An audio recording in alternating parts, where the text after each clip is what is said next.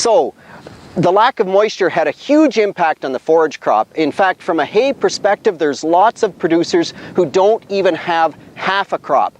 The recent rainfalls, tremendous impact on the forage crop. Suddenly, and finally, the alfalfa crop has greened up again. Now that's a double-edged sword because we have a whole bunch of producers who are extremely short on hay. We get the rainfall, let's call it on August the 5th. So now normally we would wait 35 days or 40 days, but the days are getting shorter before we would cut that alfalfa. So we might wait at least 40, maybe 45 days. Well, if you do the math on that, if I got it on August the 5th and I add 45 days, yeah, now I'm looking at somewhere around September 20th, September 25th, October 1st before that alfalfa is ready to cut. And guess where that puts us in terms of the critical harvest period of that alfalfa. So now we're going to have alfalfa that growers can harvest. They desperately need the hay, but in order to get it and get good quality, they're going to cut in the middle of the critical harvest period, which just absolutely does the same thing to next year's production that happened to this year's production. We just beat the daylights out of an already really weak alfalfa stand, which does really bad things in terms of the longevity of the stand and everything else. So the moisture is great for the pasture people. I talked to some pasture people who say finally they're getting some more pasture growth, and they've had to feed hay for the last month or 6 weeks, and they're now not having to feed hay. There's enough grass growth there for the cattle or the horses. That's great, or the sheep for that matter. Can't forget about sheep, you know.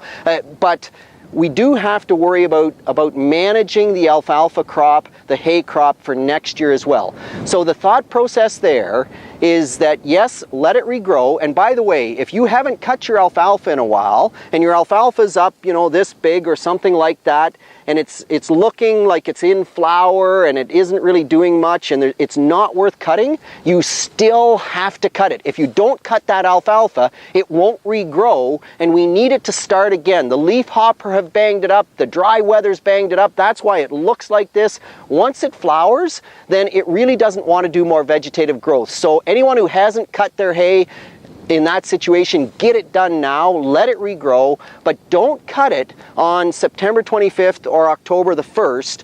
Give up a little bit in quality and let it go till after the critical harvest date. So let's cut that alfalfa on October the 20th, when we won't be hard on the root reserves, because if we cut on October 20th, the alfalfa, it'll just be cool enough and short enough days that it really won't do much regrowth, and then we can have the hay crop and not do damage to next year's crop, which we really want to stay away from. The other thing that this moisture has done tremendous things for, so you can see here we have a bunch of red clover. It's actually a pretty nice stand of red clover here.